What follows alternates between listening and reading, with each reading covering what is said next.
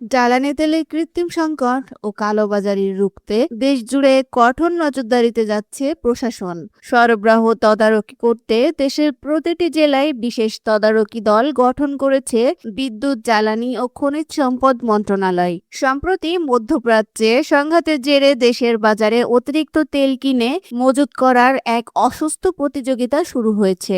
এই সুযোগে কিছু অসাধু ব্যবসায়ী জ্বালানি তেলের অবৈধ মজুত ও কালোবাজারি করছে।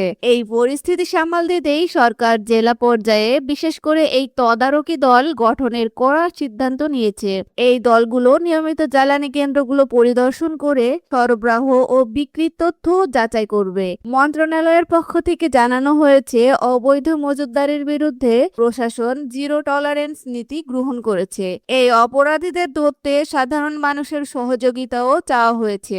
যারা অবৈধ মজুত বা কালোবাজারির বিষয়ে সুনির্দিষ্ট তথ্য ও অভিযোগ দেবেন তাদের জন্য বিশেষ পুরস্কারের ঘোষণাও আসতে যাচ্ছে। সচেতন নাগরিকদের এই বিষয়ে এগিয়ে আসার এবং সুনির্দিষ্ট পরামর্শ দেওয়ার অনুরোধ জানিয়েছে মন্ত্রণালয়। সাধারণ মানুষের ভোগান্তি কমাতে এবং পরিবহন খাত সচল রাখতে সরকারের এই সরাসরি তদারকি অত্যন্ত তাৎপর্যপূর্ণ।